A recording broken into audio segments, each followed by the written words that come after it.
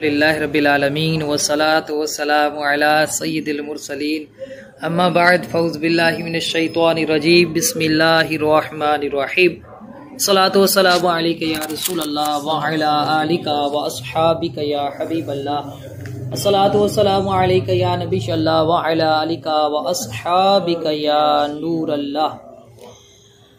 हफ्तावार हर इतवार को हमारा दर्स फ़िक़्ह होता है और आज के दर्स फ़िक़्ह में हमारा मौजू वो है हैज़ व निफास, जो ख़वातीन के मखसूस मसाइल हैं। उस हवाले से सबसे पहला मसला ये कि हैज़ व निफास के अहकाम जानने का हुक्म क्या है, क्या ये ज़रूरी है, किस किस पर ज़रूरी है, किस किस पर ज़रूरी नहीं है। याद रखें कि हर मुसलमान पर उसकी मौजूदा कैफियत के मुताबिक शरई मसाइल सीखना फ़र्ज़ ऐन होता है। जिस तरह नमाज फ़र्ज़ ऐन है, इसी तरह हर बंदे पर अपनी मौजूदा हालत और कैफियत के मुताबिक मसाइल सीखना फ़र्ज़ ऐन होता है, क्योंकि हदीसें बारका है। हुज़ूर अलैहिस्सलाम ने इरशाद फरमाया, तालबुल इल्म फरीदतुन अला कुल्लि मुस्लिमिन, इल्म हासिल करना हर मुसलमान मर्द और औरत पर फ़र्ज़ है। लिहाजा एक औरत पर हैज़ व निफास की सूरत में जो से खून आता है, उसके मुतालिक शरई अहकाम का सीखना ये फ़र्ज़ ऐन है। उसको पता होना चाहिए हैज़ व निफास के अहकामात के बारे में। इसी तरह चूँकि शोहर को अज़दवाजी मामलात में उसके साथ कुर्बत के हवाले से, उसको छूने के एतबार से, उसको देखने के एतबार से, हम बिस्तरी के एतबार से, चूँकि हैज़ व निफास की हालत में इन मसाइल का सामना करना पड़ता है, तो लिहाजा इन मौक़े पर जो मसाइल इस तरह के कैटेगरी के साथ ताल्लुक़ रखते हैं, उन मसाइल का सीखना शौहर पर भी फ़र्ज़ होगा। ओवरऑल सारे नहीं, वो मसाइल कि जिनमें उसका बीवी के साथ ताल्लुक़ होता है, हैज़ व निफास के वो मसाइल कि जिसका इन दोनों के कुर्बत के साथ ताल्लुक़ है, उन मसाइल का सीखना शौहर पर भी फ़र्ज़ है। ये तो हो गया हैज़ व निफास के मसाइल सीखने का जो हुक्म है। अब उसके बाद जो दूसरा मसला है वो ये है कि औरत को खून कितनी तरह का आता है। फितरी तौर पर औरत को जो खून है वो कितनी तरह का या कितनी किस्म का आ सकता है। तो औरत को खून आने की तीन सूरतें, तीन किस्में।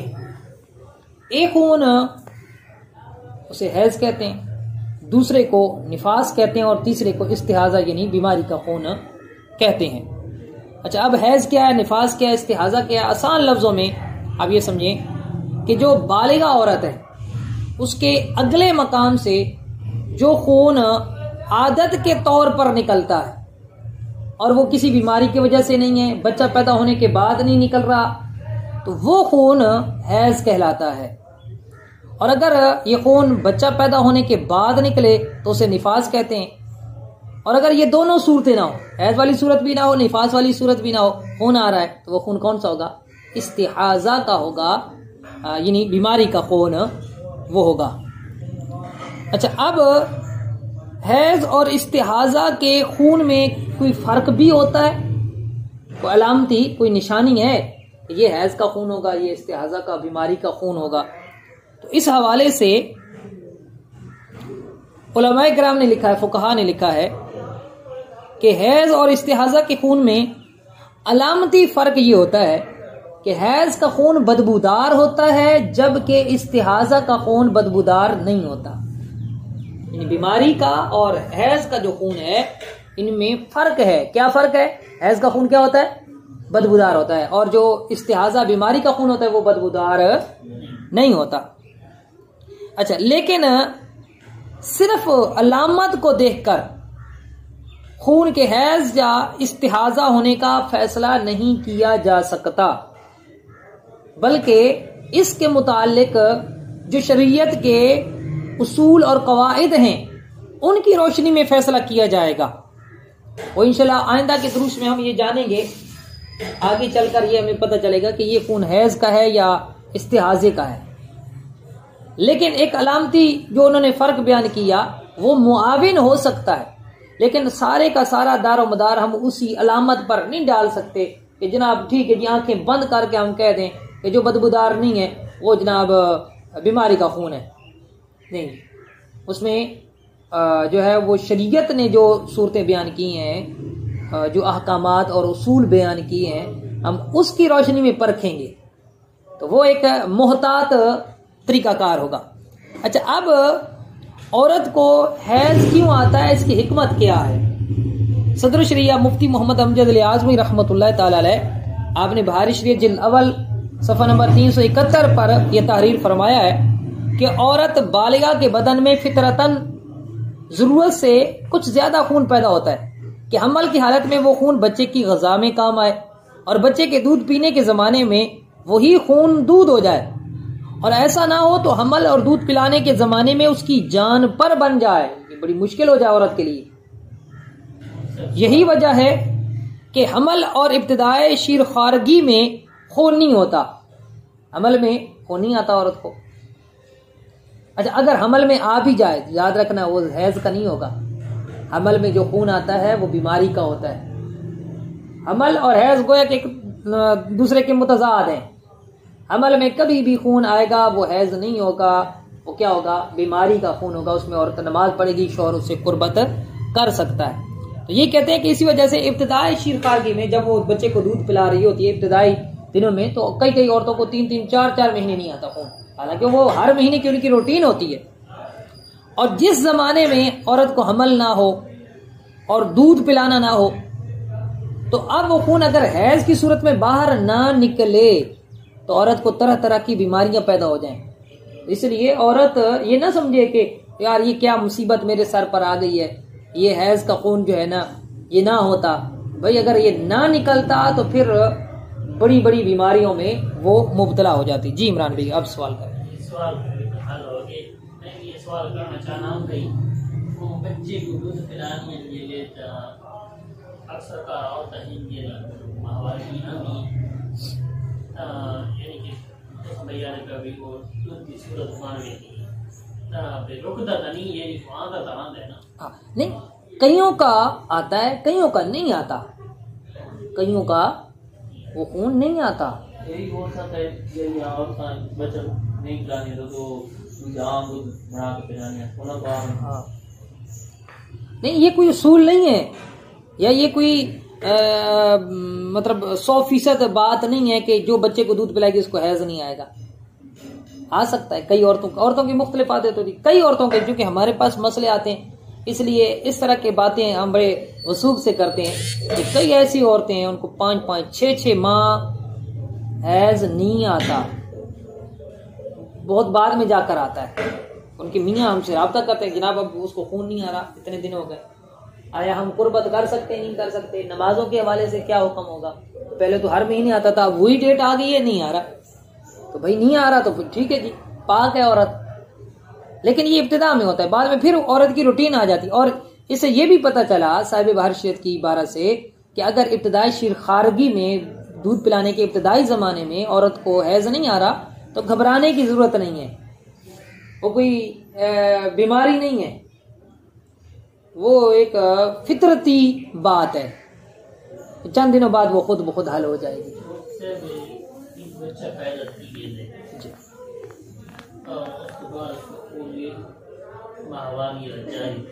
जी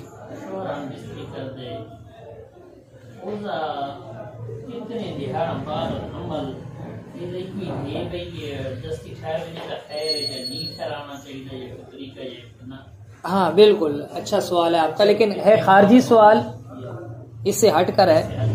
ठीक है जी, वो सवाल आपका ये है कि भाई पहला बच्चा हो गया, औरत है निफास से पाक हो गई, अब शौहर हम बिस्तरी करे तो क्या कोई शरीयत ने ये उसूल या वक्त मुअय्यन किया है कि भाई इतने वक्त दूसरा बच्चा होना चाहिए? भाई शरीयत में कोई वक्त मुकर्रर नहीं है, ये औरत की अपनी कैपेसिटी है, उसकी अपनी ताकत है, वो अगर मतलब बच्चा कर सकते हैं, अफोर्ड कर सकते हैं। अफोर्ड का मतलब है कि सेहत के एतबार से, माल के एतबार से नहीं। अच्छा, 2-3 बातें देखनी होती हैं, एक देखना होता है कि औरत की सेहत देखनी है हमने, दूसरा ये देखना होता है कि पहला भी बच्चा है उसको भी दूध पिला रही है, जाहिर सी बात है दूसरा बच्चा आएगा तो बसौकात दूध में ऐसा तगय्युर आता है कि डॉक्टर मना कर देते हैं कि हमल की हालत में बच्चे को दूध पिलाना अब मुज़िर होगा, अब वो बच्चा दूध से महरूम हो जाता है। ठीक है जी। तीसरी बात यह है कि बसौकात तरबियत का बड़ा मसला बन जाता है। एक औरत है जिन्हें सारी सर की है ना, एक लापी औरत, घर में वो अकेली है, उसके साथ नंदे नहीं है, सास नहीं है, अकेली घर में, उसने पूरा घर भी संभालना है, शौहर को भी संभालना है, पहले बच्चे को। अब जब दूसरा बच्चा आ जाएगा, जाहिर सी बात है, आप ये अच्छी तरह जानते हैं कि औरत जब हामिला होती है वो बड़ी मुश्किल कैफियत में होती है, बड़ी मुश्किल कैफियत में होती है। 9 माह उसके बहुत मुश्किल होते हैं, आसान नहीं होते। अब उन 9 माह में उसने बच्चे को भी पहले संभालना है, वो जो पेट में बच्चा है उसका भी क्या रखना है, अपनी सेहत का भी क्या रखना है, घर का निजाम भी चलाना है। और फी जमाना औरतों की सेहत जो है ना वो आपके सामने है कि कितनी उनकी सेहत है। तो ये इस तरह की दुश्वारियां पैदा हो सकती हैं। तो बेहतर ये है फी जमाना कि कम अज कम 2 साल का वक्फा जरूर होना चाहिए, कम अज कम 2 साल का वक्फा। और ये कोई शरीयत की तरफ से नहीं है, ये दौरे हाजिर के हालात को देखते हुए और औरतों की सेहत को देखते हुए वो है। वरना अगर कोई औरत चाहे तो कोई नहीं, 2 जुड़वा पैदा हर साल बच्चे पैदा करती रहे हर साल, कोई मसला नहीं है जी, आते रहे। इससे मुतालिक वो आता ही है कि एक बंदा बच्चा ज़ाया कराना चाहता है और दलील रहमत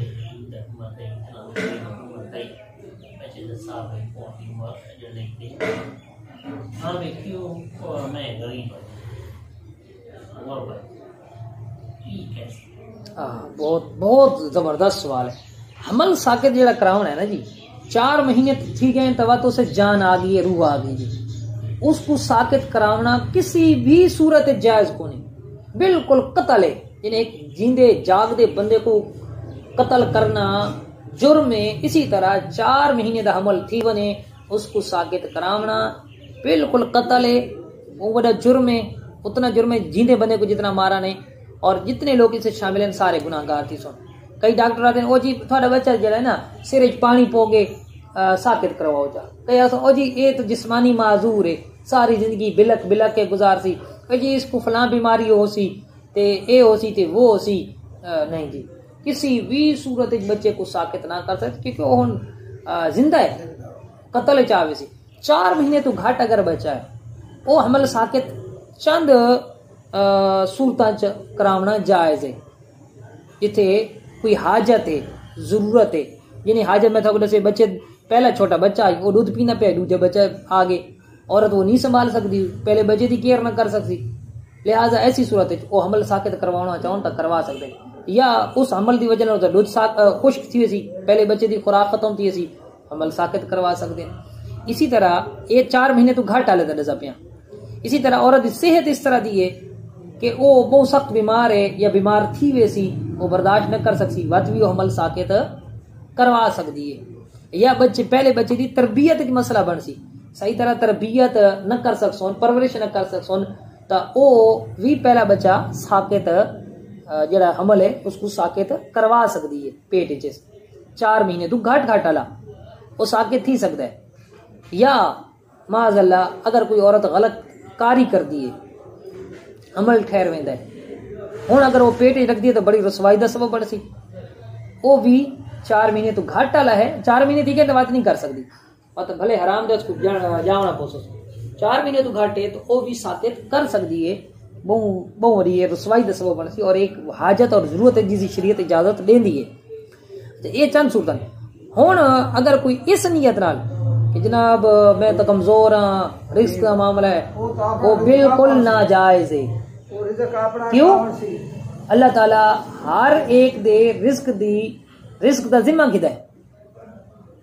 मा मिन दाबतिन फिल अर्दि इल्ला अलल्लाहि रिज़्कुहा, मा मिन दाबतिन फिल अर्द, जमीन में कोई भी दाबा नहीं है मगर ये कि अल्लाह के जिम्मा करम पर उसका रिस्क है।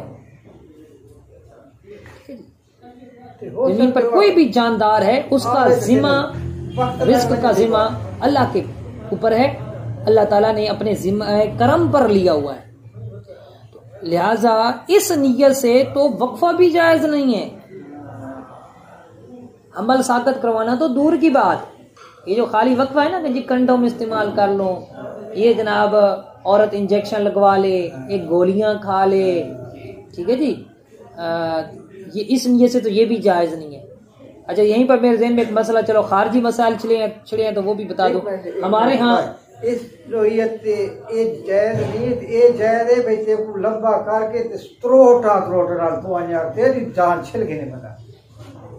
अच्छा आगे जो है ना तो ना सही रखा है, आगे जो है ना जो मेरे ज़हन में मसला आ रहा है ना, हमारे यहाँ अक्सर ये राइज है जब औरत थोड़ी पक्की उम्र की हो जाती है, 4 बच्चे 5 बच्चे हो गए, वो जनाब जाकर बड़ा ऑपरेशन करवाती हैं, बच्चे दाने निकलवा के आ जाती हैं। और ये अक्सर औरतें करती हैं, अक्सर औरतें, जिसे नसबंदी कहते हैं, और ये हराम है। मियाँ साहब को भी पता होता है और वो भी इन्वॉल्व होता है पूरा उसमें, और ये क्या है, सख्त हराम है। एक इमाम है, वो इमाम अपनी बीवी की नसबंदी खुद करवाता है, वो अब फासे के मुअलिन हो गया, उसके पीछे नमाज भी जायज नहीं है। तो ये हमारे यहाँ माशरे में जा रहा है। चलो जी हम अपने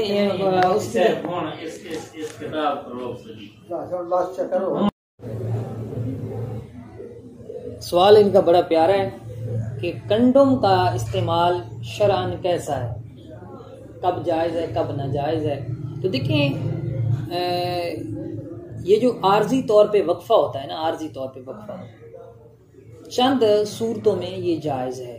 कौन सी चंद सूरतें? ये एक सूरत ये है कि बच्चा पहला छोटा, जैसे मैंने पहले सूरत बयान की, छोटा बच्चा है या बच्चे की तरबियत नहीं कर सकते या औरत की सेहत इस बात की इजाज़त नहीं देती, तो ये आर्जी वक्फा किया जा सकता है। अब आर्जी वक्फे के लिए चंद सूरतें जो जायज़ हैं वो इख्तियार की जा सकती हैं, कुछ नाजायज़ हैं वो नहीं इख्तियार कर सकते।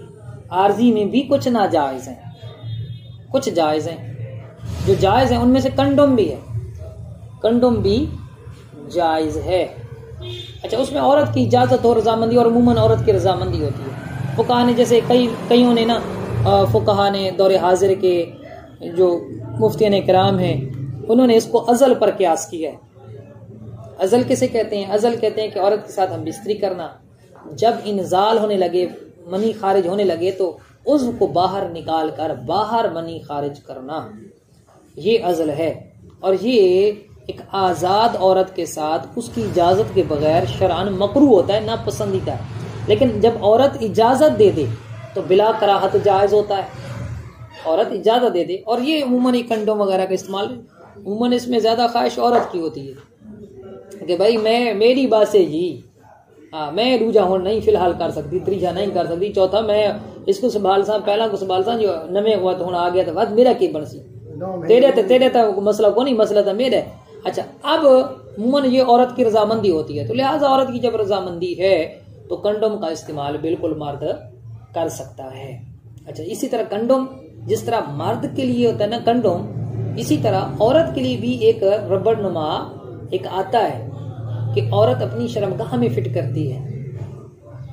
तो औरत का भी अलग होता है, मर्द का अलग होता है, यानी औरत भी रख सकती है, उसको लोप भी कहा जाता है, तो वो भी बिल्कुल जायज़ है।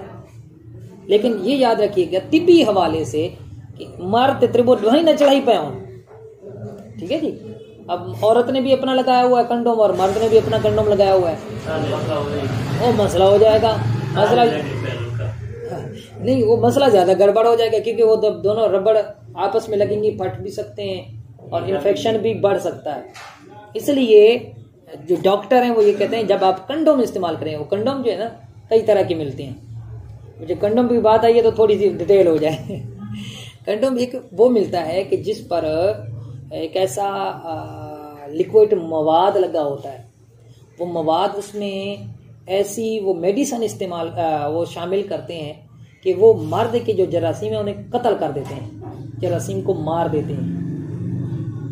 कि कंडोम इस्तेमाल किया, अवलन तो कंडोम से बचत हो जाएगी, अंदर कुछ नहीं जाएगा, और अगर बिलफर्ज अंदर कुछ चला भी जाए तो वो जरासीम मरे हुए हैं, कंडोम फट जाता है, ठीक है।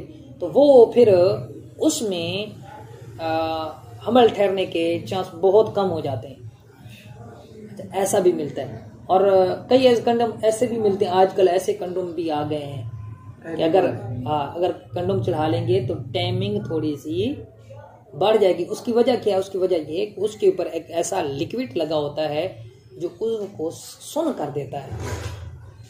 तो ऐसी सूरत में क्या होगा कि जब वो ज़ाहिर सी बात सुन्न होगा तो उसका महसूस करने की जो हिस्सा है वो कम हो जाएगी।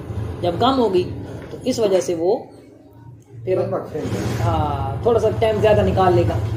अच्छा ये भी है। अच्छा ये बहुत अच्छा है, बहुत अच्छा है, लेकिन डॉक्टर के हदायत के बगैर इसको इस्तेमाल नहीं करना चाहिए। और एक नुकसान इसका ये भी है, एक नुकसान है।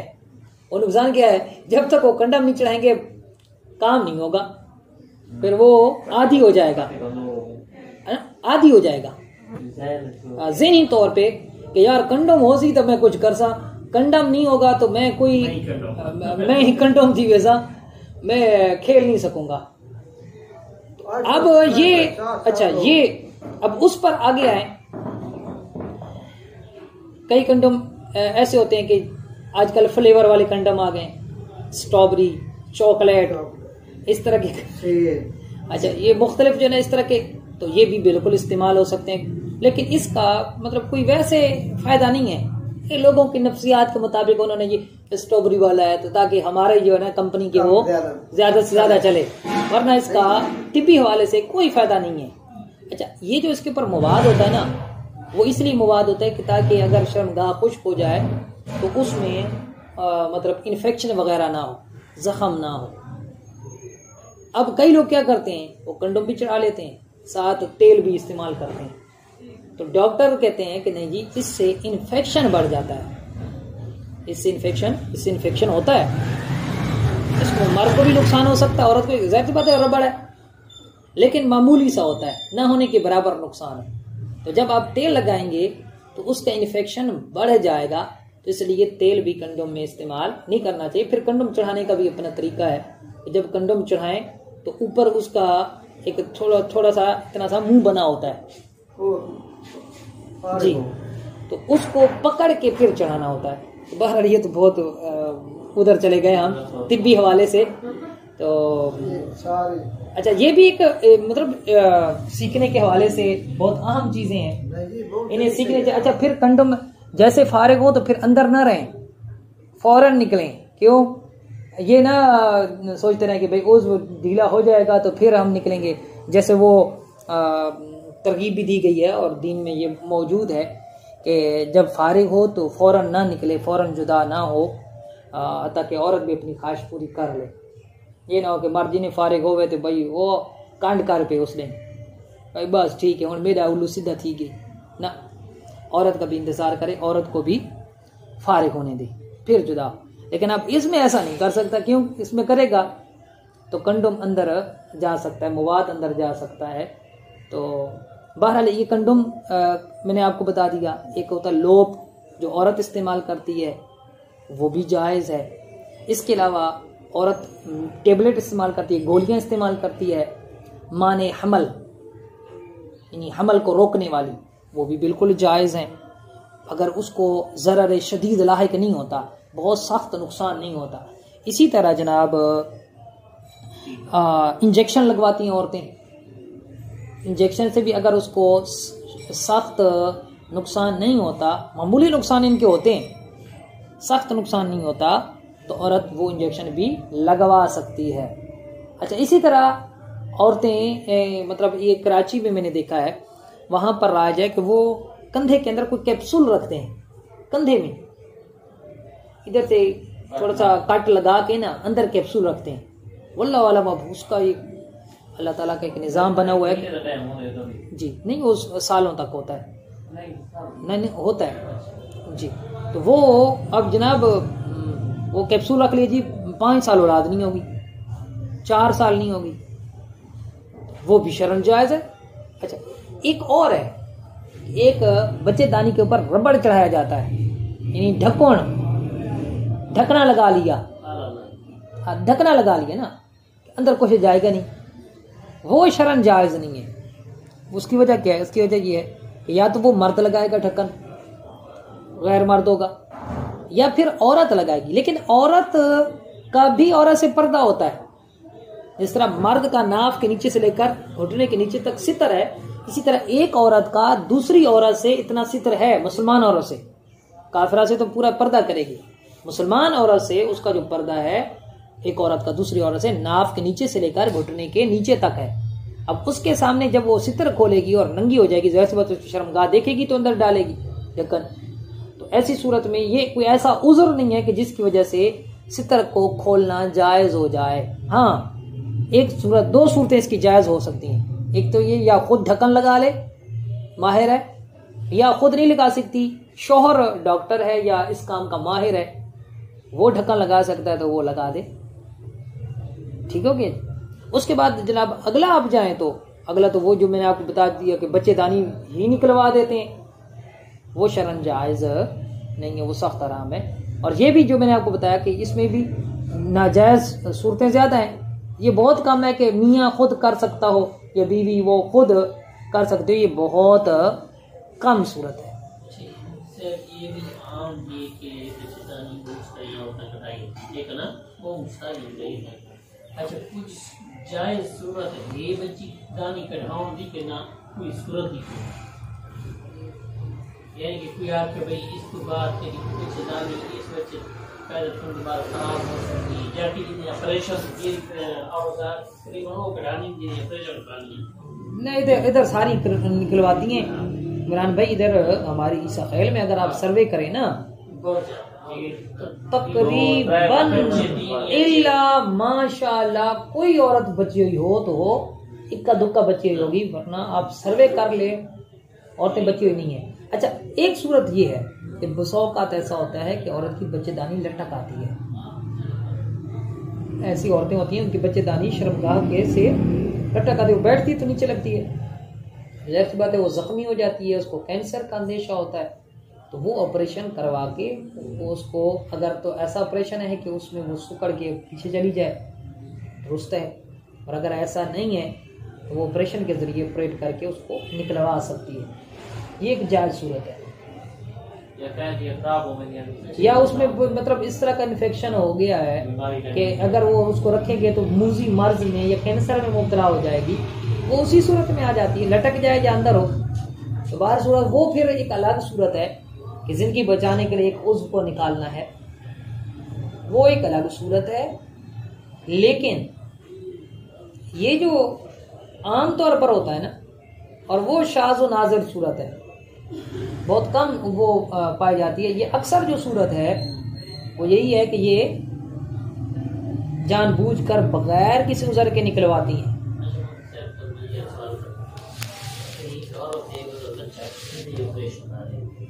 अक्सर वो अच्छा एक ऑपरेशन कराना है, दूसरे कराना है, तीसरे वो डॉक्टर उसको आने दिया है, ये काफी इस न करवा ऑपरेशन, यानी कि तेरा नुकसान ये होती है वो मसला ऐसी और हाँ, ये भी अच्छा सवाल है। एक औरत है जिसने 4 ज़्यादा से ज़्यादा डॉक्टर कहते हैं 4 या 5 भी कई जगह कर देते हैं, तो जनाब 4 या 5 बच्चे हैं, उसके बाद तो कहते हैं जी बस अब आप ख़त्म है। वो कहते हैं जब ऑपरेशन करते हैं ना बच्चे का, जो 4थे या 5वें का, तो वो कहते हैं 7 बच्चेदानी भी निकलवा दो, एक साथ इकट्ठा हो जाएगा सिलसिला।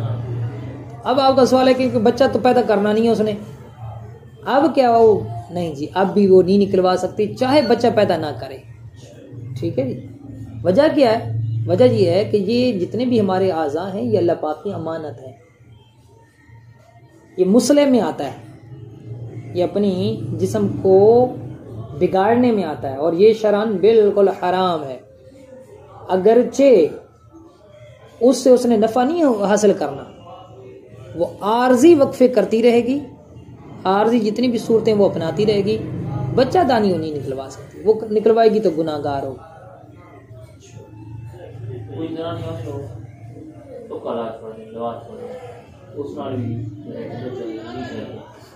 कोई भी इस तरह का काम नहीं करवा सकते ना जी, वह बच्चेदानी पूरी निकलवाएं या कुछ उसको कट लगवा दें, या वो ना भी हो, बिल्कुल वो मसला ना भी हो, अगर कट लगवाते हैं, लीक करवाते हैं उसको, तो मकसद तो वही है ना। आधा डोनेट कर दे, हाँ, ये भी अच्छा सवाल है आपका। ये जो आज़ाद डोनेट करना है, इसमें उलमा का इख्तिलाफ है। इसमें उलमा का इख्तिलाफ है। अक्सर उलमा की राय ये है ये आज़ाद डोनेट करना ये जायज़ नहीं है, ये अल्लाह की अमानत है। ना मरने के बाद वसीयत करना जायज़ है, ना जिंदगी में किसी को देना जायज़।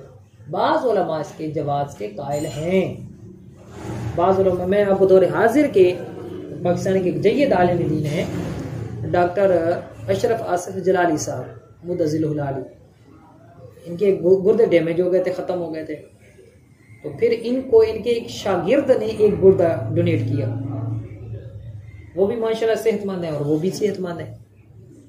तो मतलब ये कि जवाज़ के कायल भी हैं उलमा और उलमा अहले सुन्नत हैं।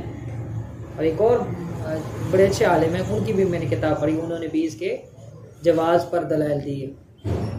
और एक आलिम साहब तो कह रहे थे, अच्छा जो नाजायज़ कहते हैं ना, जब अपने बेटे का मसला हो, जवान बेटा हो और वो मर रहा हो और यही उसको मिसाल के तौर पे गुर्दे की ज़रूरत है, और एक बंदा कहता है जी मैं गुर्दा देता हूँ आपके बच्चे की जान बच जाएगी, फिर हम देखते हैं कि वो कैसे फतवा देता है भी नाजायज़ है।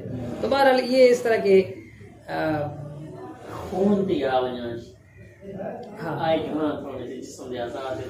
खून दिया कैसा। लेकिन ये जो इस तरह की उनकी दलील देना है ना, ये इमोशनली दलील है।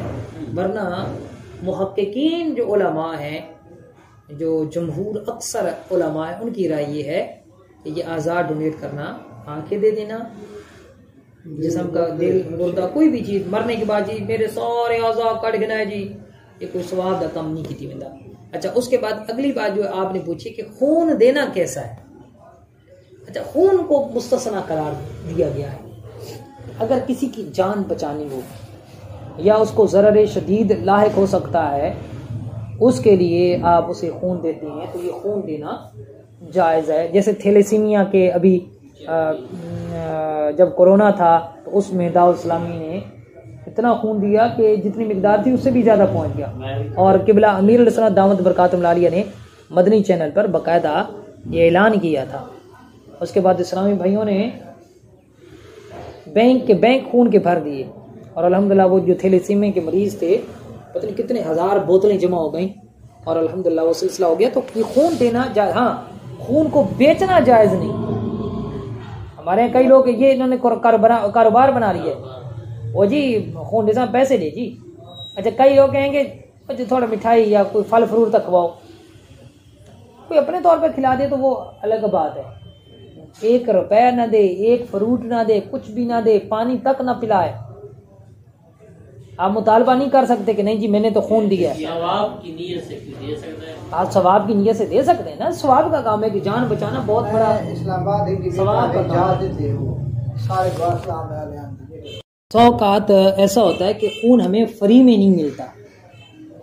हमारा मरीज है, उसकी जान बचानी है, या औरत है उसका ऑपरेशन होना है, खून की अशद जरूरत है, फ्री में नहीं मिल रहा, पैसों से मिल रहा है। अब हमारे लिए क्या हुक्म है, ना लें, वो तो उसका बेचना हराम है। तो भाई हमारे लिए जायज है, उसके लिए वो हराम का लुकमा है, वो जो डालेगा पेट में उसके लिए हराम है। हमारे लिए जैसे वो रिश्वत का मामला है ना, कि आपका अपना हक है, बगैर रिश्वत के नहीं मिल रहा, वहां पर आप उसे हड्डी डाल दें, उसके लिए ये हराम है, आपके लिए ये जायज है। अपना हक जहां पर आपका बनता है बगैर रिश्वत के नहीं मिल रहा। हाँ, ऐसा नहीं है कि अपना हक जैसे हमारे यहाँ ओ जी मुलाजमत आजकल इन्हें नहीं मिल दियां ते असा जी रिश्वत दे के ये तो सारा हक है ना, वो हक नहीं। हाँ, आप ना वो हराम नहीं होता। हाँ, उसमें भी है कि रिश्वत देकर उसने जॉब हासिल कर ली, अब जो पूरी जिंदगी कमाई करेगा तो वो हराम की होगी? नहीं भाई, उसमें 2 सूरतें, जिस मनसब पर वो बैठा है, ठीक है, उसका इस तरह जाना तो हराम है, उसमें तो कोई कलाम नहीं है। लेकिन अब जो काम वो कर रहा है उसको जो तनख्वाह मिल रही है ना, वो सनद की नहीं मिल रही, अप्लाई करने के लिए नहीं मिल, उसको काम करने की तनख्वाह मिल रही है। अगर वो जो काम है वो बिल्कुल जैसी रिक्वायरमेंट है, जैसा तकाजा है, उसके मुताबिक कर रहा है, तो वो उसके लिए हलाल है। अगर वो साथ बैठे तो वो काम ठीक नहीं कर रहा, झाई नहीं बन गई उस। बिल्कुल बिल्कुल, अगर वो उस मनसब के लायक नहीं है इस तरह कि वो जो काम की रिक्वायरमेंट है, तकाजा है, वो उस जैसा कर ही नहीं सकता, गड़बड़ कर रहा है, तो फिर वो उस तनख्वाह का हकदार नहीं है। या उसमें कुछ कमी कुताही होती है तो जितनी कुताही है उतनी कटौती करवाएगा। जैसे हमारे स्कूल टीचर होते हैं, ठीक है, या कोई भी इस तरह का मुलाजिम है, तो वो क्या करते हैं जी, अच्छा जनाब 5 घंटे ड्यूटी है, 4 घंटे दिए, घंटा गोल कर लिया, 2 घंटे गोल कर लिए, कटौती करवानी होगी। जितनी कुताही आई, जितनी कमी आई, या एक ऐसा बंदा है उस टीचर को मिला है कि ये मजमून पढ़ाओ, वो पढ़ाने का अहल भी नहीं है, तो वो उसकी सैलरी नहीं ले सकता। या जितनी कमी आ रही है, कुताही आ रही है, उतनी उसको कटौती करवानी होगी। तो ये रिश्वत वाला भी यही मामला है कि अगर वो उस मनसब का अहल है, कि मतलब वो काम वो अच्छा कर रहा है, तो वो पूरी तनख्वाह का वो हकदार होगा। अच्छा, हमारे यहाँ जैसे मैंने बताया ना कि लोग यही समझता है कि जी नहीं जी ये मेरा हक है, मैं पढ़ा हूँ, मुलाजमत मेरा हक है, लिहाजा अपना हक लेने के लिए रिश्वत देना जायज़ है। नहीं जी, वो किस तरह जायज़ है? वो इस तरह जायज़ है कि पहले अप्लाई किया, इंटरव्यू भी कामयाब हो गया, अच्छा जी जो उसके टेस्ट थे उनमें भी कामयाब हो गया, जैसे दौड़े होती हैं दौड़ में भी वो निकल गया। अच्छा, वो लेटर जारी नहीं कर रहे, वो कहते नहीं जी लेटर तब हम जारी करेंगे कि जब आप रोकड़ा देंगे। अब अगर रोकड़ा देता है तो जायज़ है, क्यों? इसका हक साबित हो गया जब सिलेक्शन हो गई।